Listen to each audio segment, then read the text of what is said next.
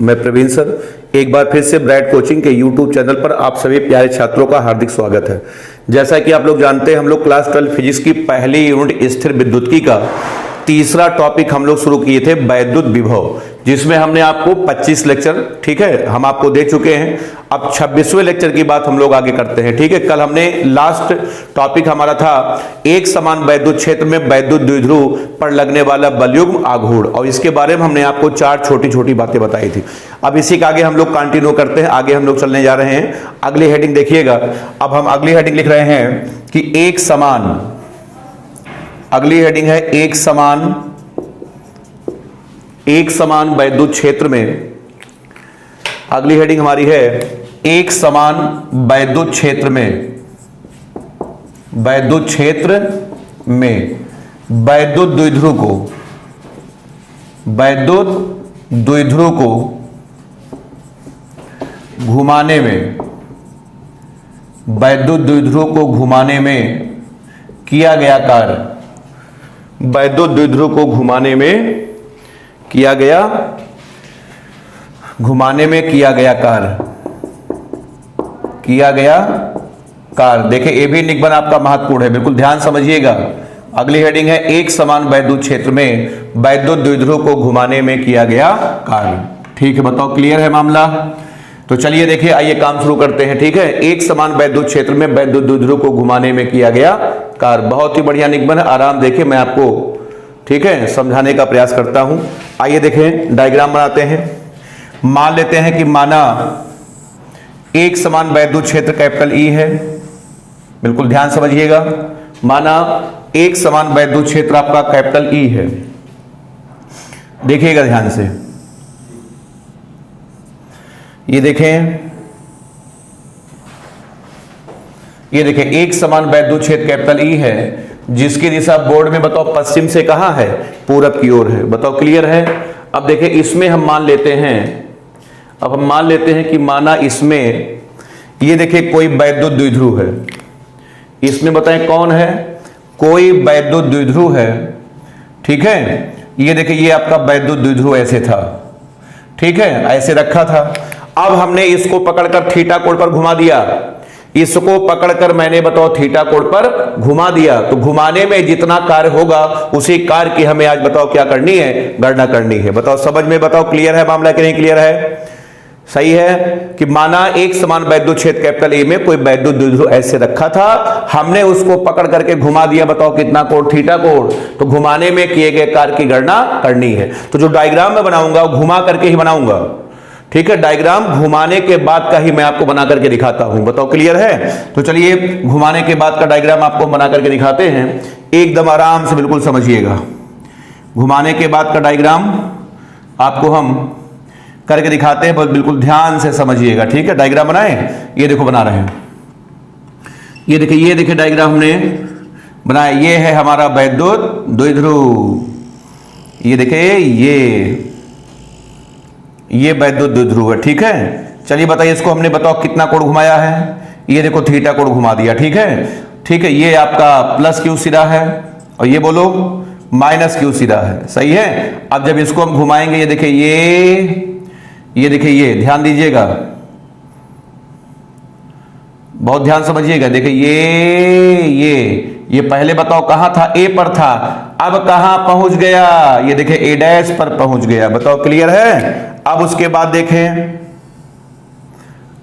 देखें, ध्यान से, ये देखो डायग्राम, देखो डायग्राम देखें।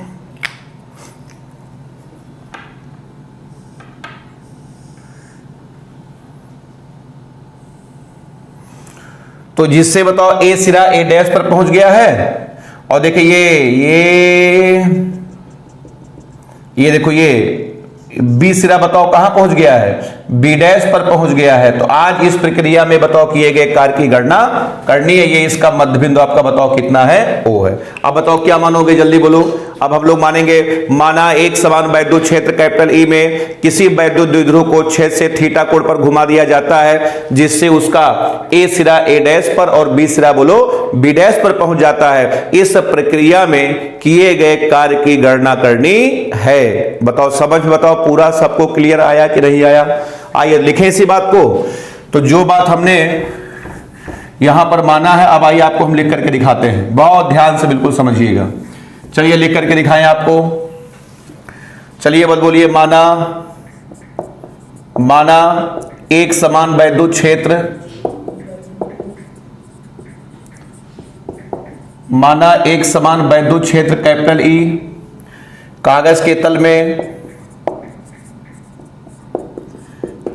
तल में पश्चिम से पूरब की ओर है। कागज के तल में पश्चिम से कहां है? पश्चिम से पूरब की ओर है। कागज के तल में पश्चिम से पूरब की ओर है, ठीक है। जिसमें किसी वैद्युत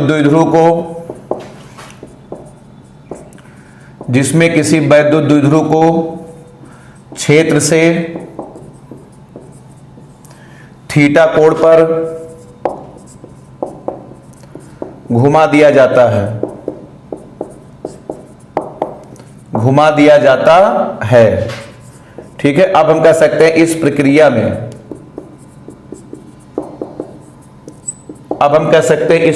में किए गए कार्य की गणना करनी है। किए गए कार्य की गणना करनी है। बताओ क्लियर है ना? चलिए अब आप ध्यान से बिल्कुल समझिएगा।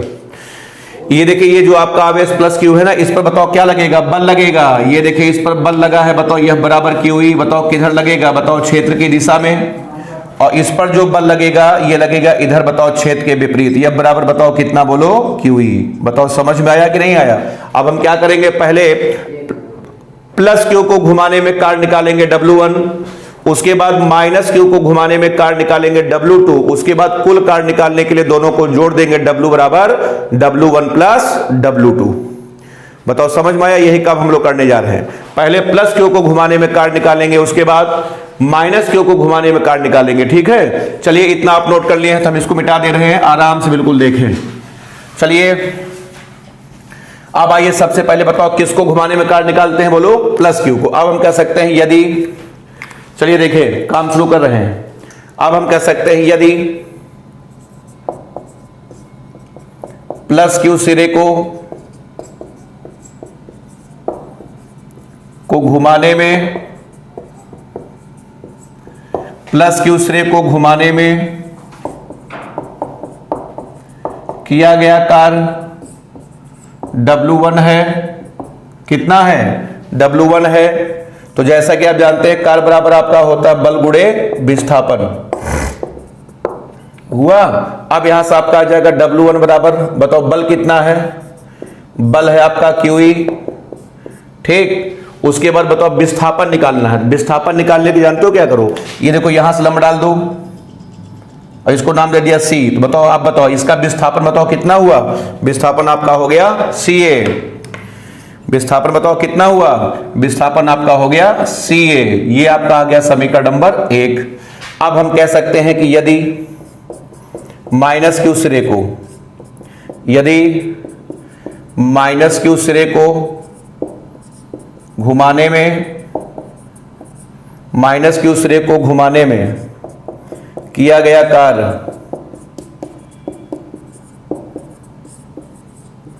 W2 है, ठीक। फिर आपका आ जाएगा W2 कार्य बराबर बोलो बल गुणे विस्थापन। तो बल, हाँ। अब बताओ इसका विस्थापन निकालें। अब बताओ यहां से लंब डाल दो, ये देखिए लंब डाले, ये आपका हो गया बताओ C डैश। अब बताओ इसका विस्थापन कितना हुआ? तो बल आपका हो गया बताओ QE और विस्थापन आपका हो गया BC डैश। ये आपका आ गया समीकरण नंबर 2। अब हम कह सकते हैं यदि कुल कार्य कैपिटल W है, कुल कार्य बताओ कितना है? कैपिटल W है।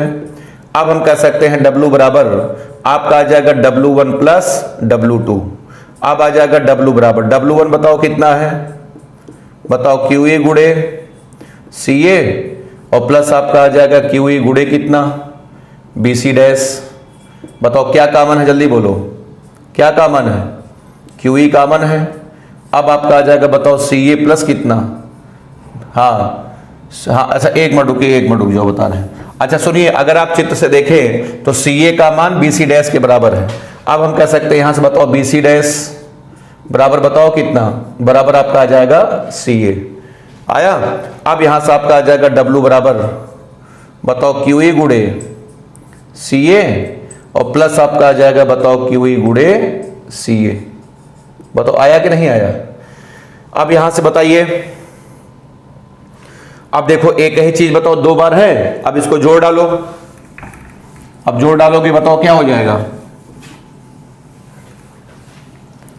अब यहां से आपका आ जाएगा डब्ल्यू बराबर बताओ 2 टाइम्स बताओ क्यू ई इंटू कितना सी ए। ये आपका आ गया बताओ समीकरण नंबर 3। अब बताइए किसका मान निकालना है। अब आइए बताओ सी ए का मान निकालते हैं। तो चलिए सी ए का मान निकालें। देखो सी ए का मान कैसे निकालते हैं, ध्यान समझिएगा। ये देखिए ये दूरी, ये देखिए ये लंबाई आपकी बताओ कितनी है। ये लंबाई आपकी यल थी ना, तो ये यल है, तो बताओ ये भी आपका यल है। बोलो भाई, डायग्राम देखना ध्यान से। अरे भाई यही दूरी तो यहां पर रखी थी, तो अगर आपका ये यल है तो बताओ ये भी कितना है, यल है। अब देखिए हम कुछ लिख रहे हैं, अब हम लिख रहे हैं सी ए बराबर ओ ए माइनस ओ सी। सी ए बराबर ओ ए माइनस ओ सी। बताओ सही है गलत है? सही है। बताओ सी ए बराबर बताओ क्या, ओ ए माइनस कितना, माइनस आपका आ जाएगा ओ सी। क्लियर है? तो चलिए अब यहां से आप जो है ओसी का मान निकालें। अब देखो यहां से ओसी का मान हम निकाल रहे हैं। देखो ये ब्रैकेट में हम लिख रहे हैं कि देखो ये हम लिख रहे हैं कि ओसी अपान, देखो ओसी अपान यल बराबर कास थीटा। तो ये इंप्लाई करेगा बताओ ओसी बराबर यल कास थीटा। आपको उम्मीद है समझ में आ गया होगा। अरे भाई ये आधार है, आधार बटे कर्ण बराबर कौन थीटा, कास थीटा। आधार बटे कर्ण बराबर कास थीटा। तो बताओ ओसी बराबर आपका आ जाएगा यल कास थीटा। अब बताओ ओए का मान कितना है, ओए का मान बताओ कितना है, यल है। अब आपका यहां से आ जाएगा बताओ सी ए बराबर आपका आ जाएगा यल माइनस बताओ कितना, यल कास थीटा। तो अब आपका आ जाएगा सी ए बराबर बताओ यल कॉमन ले लो, अब आपका आ जाएगा 1 माइनस कास थीटा। ये आपका आ गया समीकरण नंबर 4। अब आइए सी ए का मान, अब आइए कहां का मान, सी ए का मान समीकरण नंबर 4 से समीकरण नंबर 3 में रखने पर, 3 में रखने पर रखें। अब आपका आ जाएगा डब्ल्यू बराबर 2 टाइम्स क्यू ई गुड़े, अब बताओ सी ए की जगह पर यल इंटू 1 माइनस आपका आ जाएगा कास थीटा।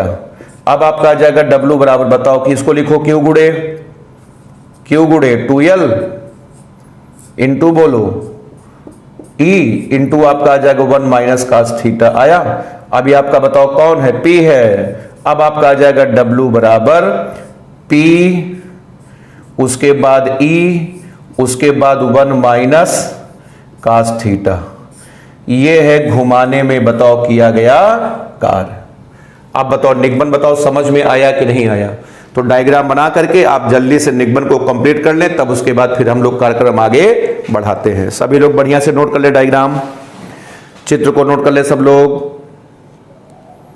चलिए भाई निगमन सबका हो गया है। चलिए अब आइए निगमन के बारे में आपको छोटी छोटी कई बातें बताते हैं, एक एक करके बिल्कुल ध्यान से समझिएगा। चलिए देखें, ठीक है। देखिए सबसे पहला पॉइंट आपका ये है, ध्यान देना। सबसे पहला पॉइंट देखो ये है कि कार्य का सूत्र आया है Pe into 1 minus cos theta. ठीक है। अब अगर आपसे कोई पूछे थीटा बताओ किसके किसके बीच का कोण है, तो आप बोलोगे थीटा है P और E के बीच का कोण। P और E के बीच का कोण है, इसको ध्यान रखना। ठीक है। जो थीटा कोण घुमाए हो, थीटा बताओ किसके किसके बीच का कोण होता है। थीटा होता है वैद्युत द्विध्रुव आघूर्ण की जो दिशा है और वैद्युत क्षेत्र, इन दोनों के बीच का कोण थीटा होता है। इसको ध्यान रखिएगा भाई। बताओ क्लियर है ना, सही है। अच्छा उसके बाद देखिए पॉइंट नंबर 2 में दूसरा पॉइंट आपका यह है कि वैद्युत द्विध्रुव को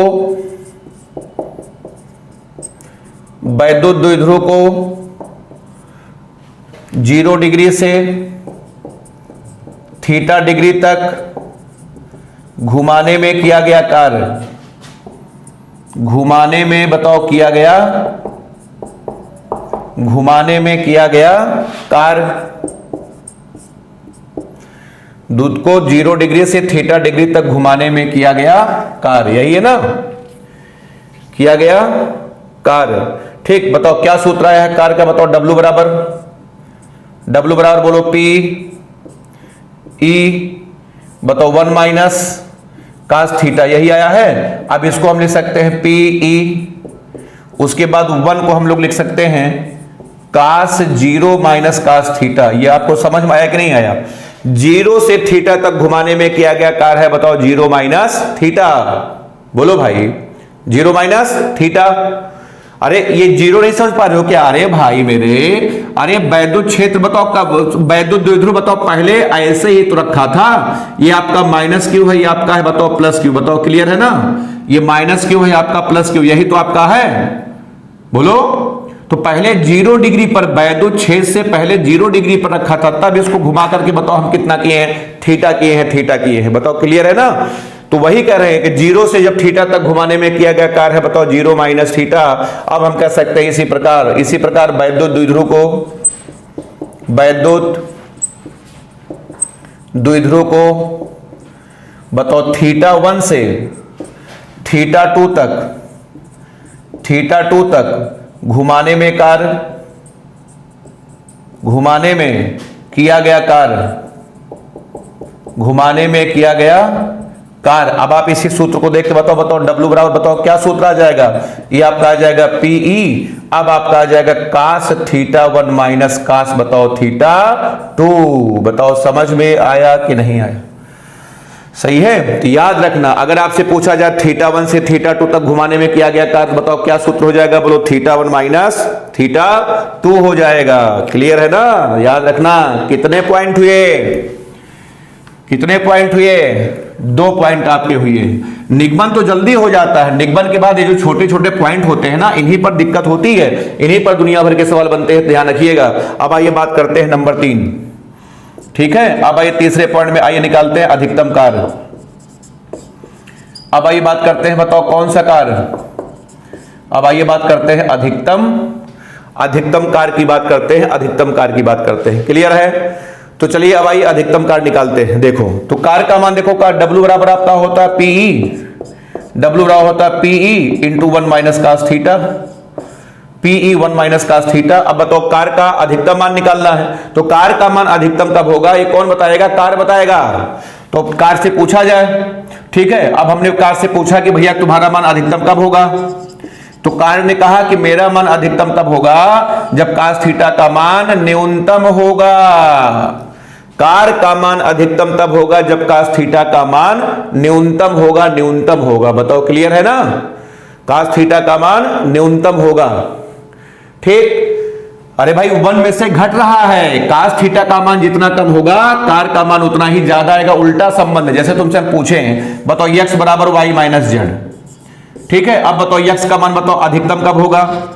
भैया इसका आंसर जब z का मान न्यूनतम होगा, क्योंकि y में से घट रहा है ना। z का मान जितना कम होगा x का मान उतना ही ज्यादा आएगा। बताओ समझ में बात आ रही है कि नहीं आ रही है? तो चलिए अब हम कह सकते हैं फॉर W मैक्स कार्य के अधिकतम होने के लिए कास थीटा को क्या होना पड़ेगा? न्यूनतम होना पड़ेगा। और पूरी दुनिया जानती है कास थीटा का न्यूनतम मान होता है -1। इसका मतलब बताओ थीटा बराबर 180 डिग्री। समझ में आया? अब हम कह सकते हैं इसका मतलब, ठीक है। अब बताइए इसका मतलब अतः यदि वैद्युत द्विध्रुव को, अतः यदि वैद्युत द्विध्रुव को, ठीक है, क्षेत्र से 180 डिग्री पर, क्षेत्र से 180 डिग्री पर घुमा दिया जाए, तो इस प्रक्रिया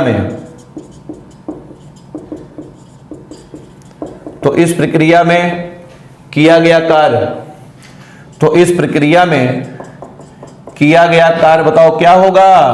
अधिकतम होगा। इस प्रक्रिया में किया गया कार्य अधिकतम होगा। क्लियर है? अब आप बताइए डब्ल्यू मैक्स बोलो कितना आ जाएगा, जल्दी बोलो। तो डब्ल्यू मैक्स आपका आ जाएगा, बताओ, पीई, उसके बाद आपका आ जाएगा 1 माइनस 1 आया। अब आप जल्दी बताएं डब्ल्यू मैक्स का मान बताओ कितना आ गया। ये आपका आ जाएगा 2p इंटू ई। ये है आपका वैद्युत द्विध्रुव को घुमाने में अधिकतम कार्य। इससे ज्यादा कार्य संभव नहीं है, ध्यान रखिएगा। डब्ल्यू मैक्स का मान बताओ कितना आ गया, 2 टाइम्स बताओ p इंटू ई आ गया।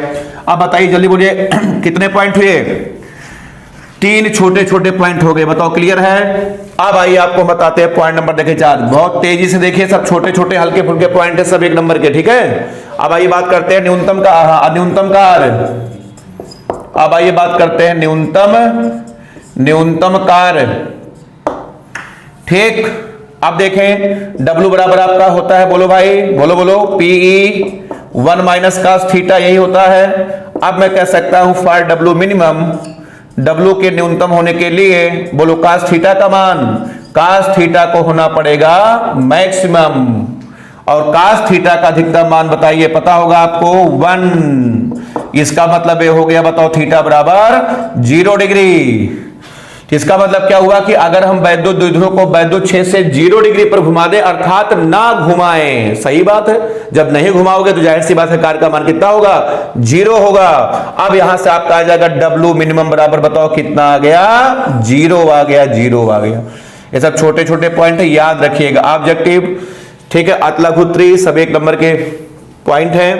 तो W मिनिमम का मान बताओ कितना आ गया, बोलो 0 आ गया। कितने पॉइंट हुए, 4 छोटे छोटे पॉइंट हमने आपको बताए। पांचवा देखें, अभी हमने आपको बताया W मिनिमम का मान 0 है और W मैक्सिमम का मान बताओ कितना है, 2PE है, आया। इसका मतलब न्यूनतम कार्य 0 है और अधिकतम कार्य 2PE है।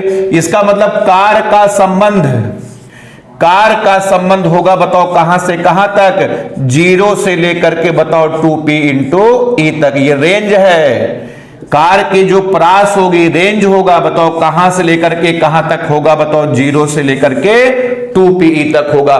ना तो कभी 0 से कम होगा, ना तो कभी बताओ 2pe से ज्यादा होगा। बताइए बात आपको समझ में आ रही है? बताइए कितने पॉइंट आपके हो गए, 5 छोटे छोटे पॉइंट आपके हो गए हैं। बताओ क्लियर है ना सबको? क्लियर है? जल्दी से नोट कर ले, फिर हम लोग आगे बढ़ते हैं। चलिए 5 पॉइंट आपके हो गए। अब आप इसके बाद देखें, अब आइए हम लोग आगे बढ़ते हैं, ठीक है, अगली हेडिंग की तरफ बढ़ते हैं, ठीक। 5 पॉइंट आपके हो चुके हैं। अब आप देखें इसके बाद,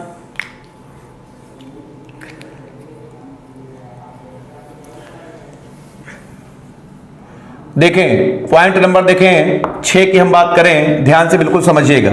ये देखिए आपका एक समान वैद्युत क्षेत्र है, ये देखिए ये है आपका एक समान वैद्युत क्षेत्र कैपिटल ई है, ठीक है। डायग्राम को समझने का प्रयास करिएगा। ये देखिए इसमें वैद्युत द्विध्रुव है, ये देखिए आपका माइनस क्यू है, ये क्या है, ये आपका प्लस क्यू है।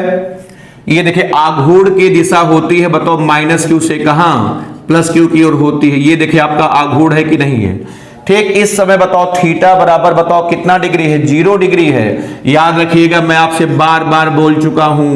बताइए थीटा किसके बीच का कोण होता है, theta is angle between P and E। Theta P और E के बीच का कोण होता है, ध्यान रखिएगा। तो थीटा बराबर 0 डिग्री है। इस समय बताओ W मिनिमम कार्य का मान बताओ कितना है, बोलो 0 है, ठीक। इसलिए डायग्राम में देखें, अब देखें यहां पर देखें, अब हमने उसको 180 डिग्री 180 डिग्री पर हमने उसको घुमा दिया है। घुमाने के बाद का डायग्राम आपको हम बना करके दिखाते हैं, बिल्कुल ध्यान से समझिएगा। जब घुमा दोगे तो प्लस इधर आ जाएगा, प्लस इधर आ गया, ये देखिए ये आपका प्लस क्यू आ गया, और ये देखिए यहां पर आपका आ गया माइनस क्यू। डायग्राम बताओ क्लियर है कि नहीं सबका? ये देखिए आघूर्ण की दिशा होती है, बताओ माइनस क्यू से कहां, ये देखिए ये माइनस क्यू से ये प्लस क्यू की ओर। ये देखिए ये इधर है और ये देखिए आपका कैपिटल ई इधर है। अब हम कह सकते हैं बताओ थीटा बराबर 180 डिग्री घुमा दिया। इस समय बताओ कार का मान अधिकतम होगा और उस अधिकतम कार का मान होगा 2p इंटू बोलो E। तो याद रखिएगा कब अधिकतम कब न्यूनतम, बताओ सब कुछ बताओ क्लियर है आपका कि नहीं क्लियर है। तो अब बताइए एक समान वैद्युत क्षेत्र में वैद्युत द्विध्रुव को घुमाने में किया गया कार्य का बताओ निगमन बताओ। सबका कंप्लीट हो गया, निगमन में कोई दिक्कत तो नहीं किसी को, क्लियर है। चलिए अब आइए हम लोग आगे बढ़ते हैं। एक छोटा सा एग्जाम्पल आपको हम कराते हैं फिर उसके आगे हम बढ़ते हैं, ठीक है। एग्जाम्पल देखे हैं, एग्जाम्पल आपका है किसी वैद्युत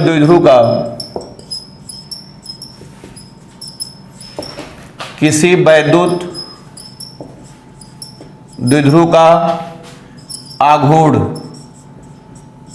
3J कैप से प्रदर्शित है। 3J कैप से बताओ क्या है बोलो, प्रदर्शित है। क्लियर है। इसे इसे 2i प्लस 4j माइनस 3 के कैप के वैद्युत क्षेत्र में रखने पर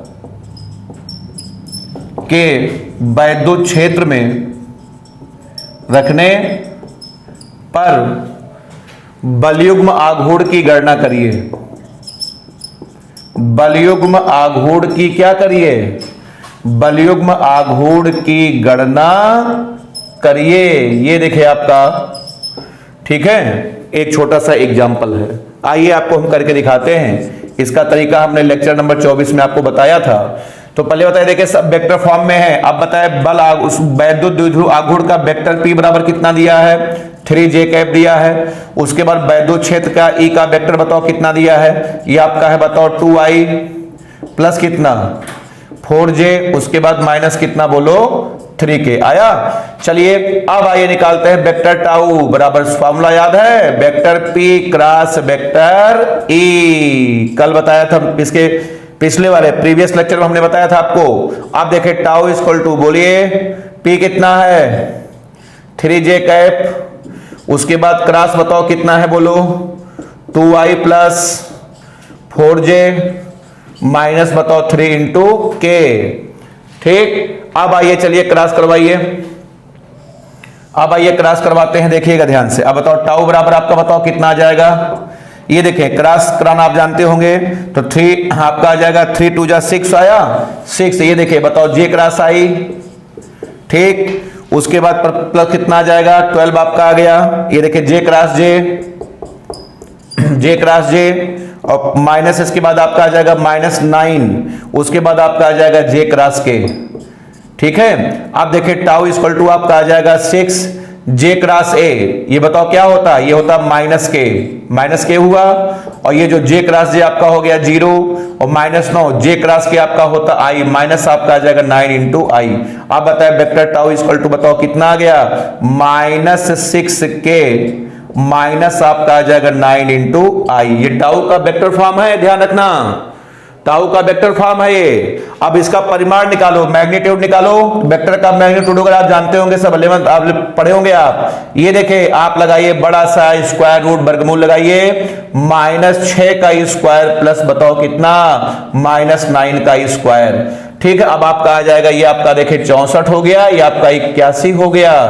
अब आपका आ जाएगा अंडर रूट 145 145 और बल आघूर्ण की यूनिट आपकी होती है न्यूटन इंटू मीटर। अब बताएं न्यूमेरिकल बताओ समझ में आपको आया कि नहीं आया, बताओ क्लियर है। तो टाउ का मान आपका आ जाएगा अंडर रूट 145 बताओ न्यूटन इंटू मीटर। क्लियर है। चलिए नोट कर लें सभी लोग, ठीक है। अब इसके आगे हम लोग जो है अगले लेक्चर में फिर आपको हम करके देंगे, ठीक है। अभी वैद्युत विभव में 2 लेक्चर और आपके पास जाएगा, तब जाकर के इलेक्ट्रिक पोटेंशियल का पूरा कंसेप्ट आपका क्लियर हो जाएगा, खत्म हो जाएगा, ठीक। धन्यवाद।